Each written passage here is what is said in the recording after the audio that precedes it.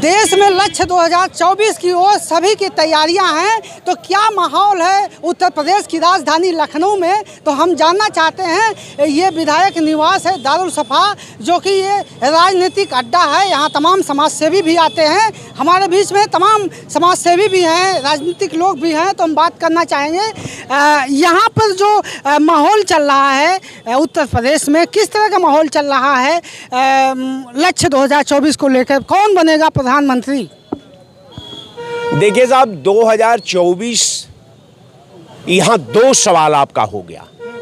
पहला कि 2024 में क्या होने वाला है, और दूसरा ये कि 2024 को सरकार 2024 को लेकर के कितना गंभीर है, उसका क्या रोल है उसमें।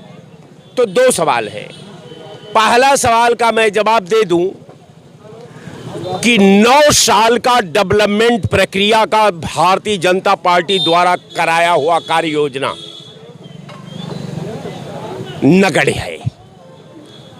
न उसने एक कल कारखाना बनवाया है, न कोई बड़ा बांध बनवाया है, न कोई कल स्टील प्लांट बैठाया है, न कोई हब बैठाया है, न कोई रिसर्च सेंटर बनाया है, न कोई बड़ी लाइन का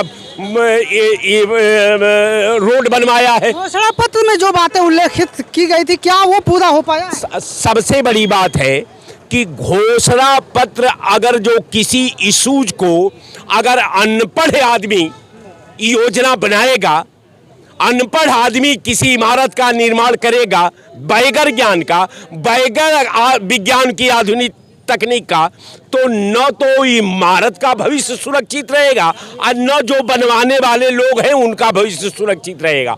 अब रह गया सवाल कि अब एक मुद्दा यहाँ आ गया है 24 में, सनातन खतरे में है। ऐसा क्यों कहते हैं? अब तक तो हम नहीं कहते, ये सारा मीडिया आज मीडिया का हेडलाइन है, बोलिए गुरु, यही लाइन है ना।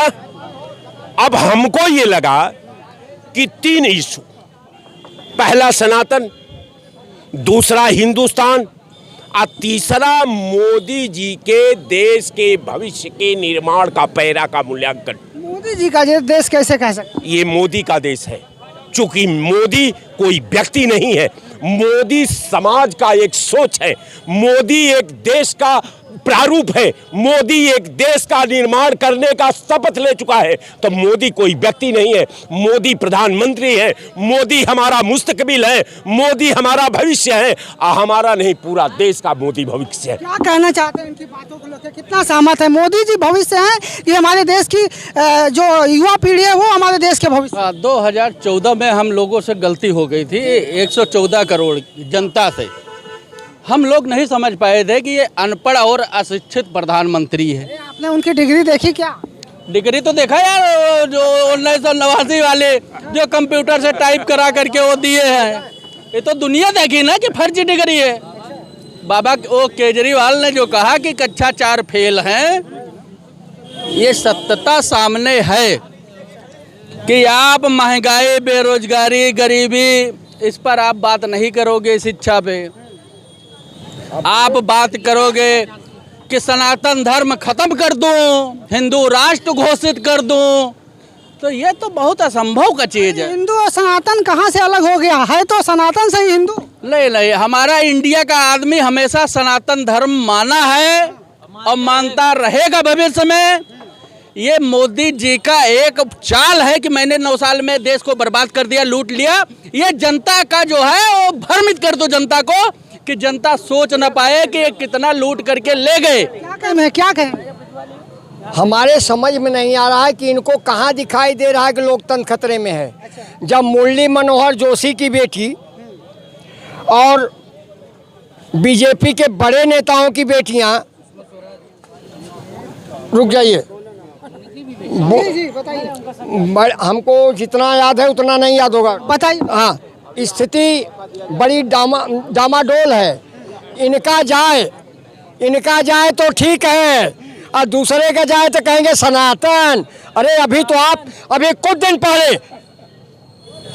दिन पहले आप लोग हिंदू चिल्ला रहे थे, तो यही टीम के लोग सनातन कह रहे थे। अब नई बात कहाँ से सनातन आ गई आपके यहाँ?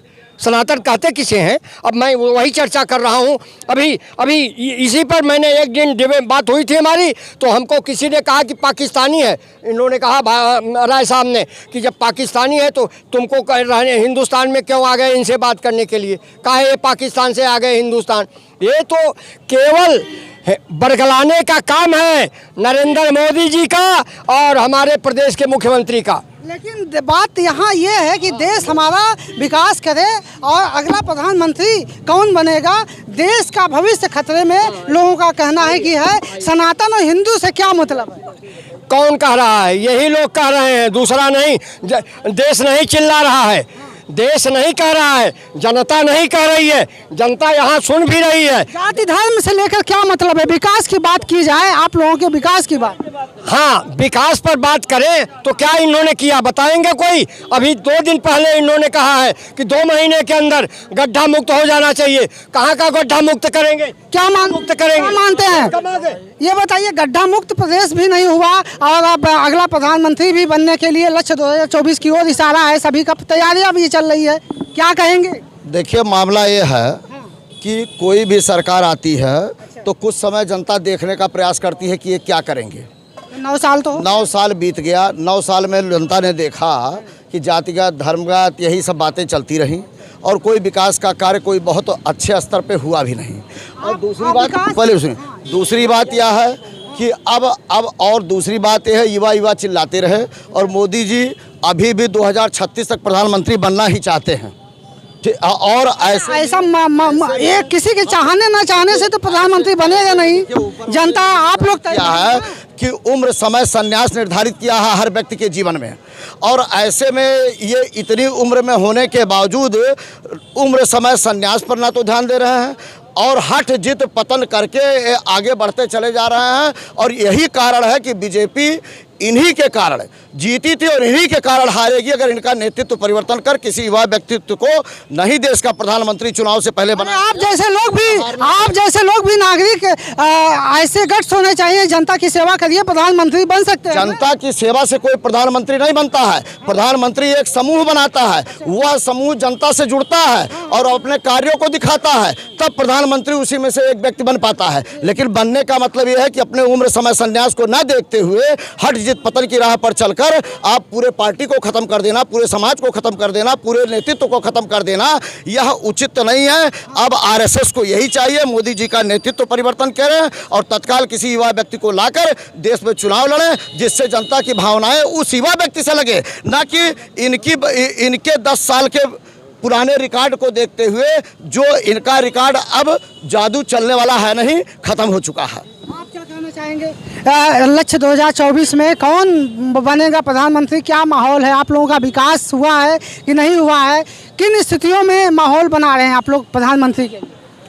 देखिए, माहौल जो बन रहा है तो हमारा कोई माहौल नहीं है। ये इंडिया गठबंधन जो है वो पूरी तरीके से पूरे देश में मोदी जी को हटाने के लिए सारी पार्टियां जो विपक्षी हैं सब एकजुट है, क्योंकि इन्होंने 9 साल में देश को बर्बाद कर दिया पूरी तरीके से। इनके पास न कोई रोजगार का मुद्दा है, न कोई किसान का मुद्दा है, न कोई शिक्षा का मुद्दा है। ये सिर्फ एक काम करके हिंदू मुस्लिम करके, इसके अलावा इनके पास कोई नहीं है। आपके बाद आप बताइए, क्या कहना चाहेंगे? क्या हिंदू मुस्लिम के नाम पर केवल राजनीति, हिंदू मुस्लिम के नाम पर राजनीति हो रही है क्या? ये गठबंधन नहीं है, पहली बात तो ठगबंधन। दूसरी बात, इस गठबंधन में जो है मोदी जी को जो है 2014 में भाजपा ने चेहरा क्लियर कर दिया था। अब इंडिया में यही नहीं पता कौन बनेगा प्रधानमंत्री, कौन है भाई। अब वही के बाद में यहाँ ये तरीके जो चल रहा है। दूसरी चीज़ में आप आंकड़ा लगा लीजिए कि हाँ, जवाब दो। दूसरी चीज़, ये गठबंधन वाले जो लड़ाई लड़ रहे हैं, इनसे पूछो कि कई बार जनता के लिए धरना दी नहीं, कई बार जो है लड़ाई लड़े हैं, कई बार जनता के लिए जेल गए हैं। बात यहाँ ये है कि हम विकास कर पा रहे हैं देश में कि नहीं? क्या इंडिया किधर जा रहा है? लक्ष्य 2024 की ओर भी लोग बढ़ रहे हैं। अगर इंडिया गठबंधन है तो हमारा सनातन धर्म सुरक्षित है। अगर इंडिया गठबंधन नहीं है तो हमारा सनातन धर्म सुरक्षित नहीं है। क्यों? ऐसा क्यों कह रहे हैं सनातन धर्म की बात करने लगे, हम विकास की बात कर रहे हैं, विकास की बात कर रहे हैं, इसी बेस पर प्रधानमंत्री बनाए जाते हैं, विकास की बात कर रहे हैं। आप बताइए पहले, विकास हमारे कहीं भी देखिए विकास कहाँ हुआ? भारतीय विकास की बात आखिर क्यों कोई नहीं कर रहा? हम बताते हैं विकास कहाँ है। अभी नहीं ले लो भैया। गठबंधन की जो सरकार बनेगी, सुनिए, जो इंडिया गठबंधन की सरकार बनेगी तो सारे बात होगी शिक्षा की, बात होगी स्वास्थ्य की, बात होगी किसान की, बात होगी रोजगार की। बनने कोई करता नहीं, ये तो कोई करता ये बनेगी, आप टेंशन न लीजिए। आप ईमानदारी देखिए भैया, मैं दिखाइए, सुनिए पहले, ये बात दिखाई जाएगी। आप लोग देखिए अभी से, ये 24 की अधिसूचना जारी होने दीजिए। ये देखिए, सुनिए, माजी तेरी कश्ती के तलबगार बहुत हैं, माजी तेरी कश्ती के तलबगार बहुत हैं, इस पार कम उस पार बहुत हैं, और जिस शहर में खोली है तूने शीशे की दुकान, उस शहर में पत्थर के खरीदार बहुत हैं। इसी पे मैं इनकी बातों का आंसर मैं दे। जवाब दीजिए। एक ही मुद्दा, एक ही नाम। मोटरसाइकिल को मैं कार बना दूं, मोटरसाइकिल को मैं कार बना दूं, खंबे को मैं तार बना दूं। वो तो नरेंद्र मोदी जी ने मुझे रोक के रखा है ना, पाकिस्तान में सरकार बना दूं। ये बात करेंगे। जब इनसे विकास की बात पूछोगे तो ये बताएंगे मंदिर, और विकास की बात करोगे बताएंगे मस्जिद, फिर ये आ जाएंगे बांग्लादेश, पाकिस्तान। ये हिंदुस्तान की बात नहीं करेंगे। इनकी नस नस में पाकिस्तान का खून भरा हुआ है। हम लोग एक हिंदुस्तानी हैं, हम कहते हैं मादरे वतन जिंदाबाद, हिंदुस्तान जिंदाबाद। इंडिया तो उठाइए, चलिए ठीक है, लेकिन भारत भी राजशाही का प्रतीक है। हिंदू लोग औकात है तो हिंदुस्तान की बात करें, हिंदुस्तान में रहो। आपको बाप कहना छोड़ देंगे तो अपने बाप कहना छोड़ कह दोगे। भारत बाप है हमारा, हम बाप को बाप नहीं कहोगे। ठीक है, ठीक है। देखिए मैं लोगों के जवाब का एक जवाब दे। एक मिनट, आ रहे आपसे इस बात पे मैं एक छोटा सा गीत गाना चाहूंगा। हाँ जी, देखिए, कलाकारी के माध्यम से अगर सरकार का विरोध किया जाए तो वो ज्यादा दूर तक आवाज जाती है, कलाकारी के माध्यम से। आप क्या कहना चाह रहे हैं? हम एक पूर्वांचली गीत है कि कहाँ गईला बिकसवा तोके ढूंढत बानी, दिखाए ना पहले 2014 से तोका जोहत बानी, और मिलल ना अब की कोनो वादा, 2024 में दुश्मनी कैले बानी, और जनता के इतना गुस्सा लागल बा कि मोदी के अर्थी उठैले बानी। आप मोदी जी से इतना रुष्ट क्यों है? आखिर वो प्रधानमंत्री नहीं, जनता का इतना विरोध है। हम बता रहे हैं अगर ये एक एक वोट पे एक एक सिपाही लगा देंगे तब भी हार जाएंगे। आप सुनिए, जी बताइए, इनकी बात का जवाब। इनकी बात का जवाब ये है, जहाँ पाँव में पायल, हाथ में कंगन और माथे की बिंदिया। जहाँ पाँव में पायल, हाथ में कंगन और माथे की बिंदिया, हित एम पंजोली ये इंडिया। अगर इंडिया है तो सनातन धर्म है, अगर इंडिया नहीं तो सनातन धर्म नहीं। तो 24 में कौन बनेगा प्रधानमंत्री? राहुल गांधी प्रधानमंत्री मेरा बनेगा, पढ़ा लिखा युवा प्रधानमंत्री। जहाँ डाल डाल पर सोने की चिड़िया करती बसेरा, वो है भारत देश है मेरा। समझ, हम भारत देश के रहने। डगर में बच्चों दिखाओ चल के, इंसाफ की डगर में बच्चों दिखाओ चल के, ये देश है तुम्हारा, नेता तुम ही हो कल के। बताइए, इनकी बात का जवाब दीजिए। देखिए, हमारे देश में एक बहुत बड़ी विडंबना आ रही है।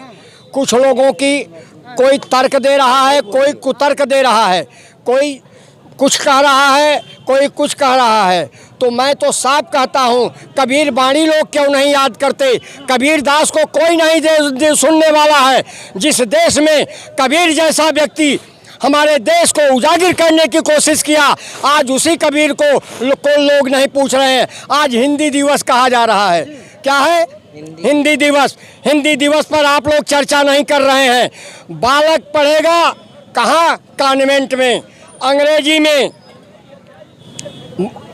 हाई कोर्ट, सुप्रीम कोर्ट का जजमेंट होगा अंग्रेजी में, और ये कह रहे हैं आज हिंदी दिवस। कैसा हिंदी दिवस? कहाँ का हिंदी दिवस? हमारे देश में जो शिक्षा का प्रावधान है, चाहे वो कॉन्वेंट हो, चाहे वो जो सरकारी हो, पढ़ लिख के देश आगे बढ़े, ये होनी चाहिए। हाँ, होनी चाहिए। लेकिन क्या हो रहा है? आज हिंदी में कोई लड़की पढ़ रही है तो 35 और 37 के बीच में उसको फेल कर दिया जा रहा है, और उसी स्कूल में अंग्रेजी में लड़का पढ़ रहा है तो टॉप आ रहा है। ये क्या तो विडम्बना है इस देश की। इस देश की विडम्बना क्या है हमारे? यानी शिक्षा व्यवस्था में भी सुधार होनी चाहिए सरकार को। ये हमारे देश में जिस ढंग से बरगलाने का काम किया गया जा रहा है, बरगलाहट नहीं होनी चाहिए। देश जाग चुका है, नौजवान जाग चुका है, जनता जाग चुकी है। जब जब ये बोलेंगे, अभी इनका पेट नहीं भरा है, मैं जवाब दे रहा हूँ। जब जब देश का प्रधानमंत्री माननीय नरेंद्र मोदी, मैं बोल रहा हूँ सुनिए, नरेंद्र मोदी बनारस में जाता है, तब तब हमारे प्रधानमंत्री हैं, शब्दों का इस्तेमाल करिए। सुनिए क्या कहा, एक मिनट, मैंने क्या कहा? नरेंद्र मोदी जी मैंने कहा है, मैं ये नहीं कहा। एक मिनट, नरेंद्र मोदी, एक मिनट, नरेंद्र मोदी जी मैं बोल रहा हूँ, तब भी कहा था, आज भी कह रहा हूँ, अभी भी कह रहा हूँ। नरेंद्र मोदी जी जब जाते हैं तो इनके साथ प्रदेश का एक लुंगी वाला भी जाता है, जिसका नाम है आदित्य योगी जी। योगी जी जाते हैं और कहते हैं, ऐ मेरे देश के प्रदेश के लोगों, मैंने 2 लाख युवाओं को रोजगार दे दिया। 2 2 4 5 4 9 साल कितने हो गए?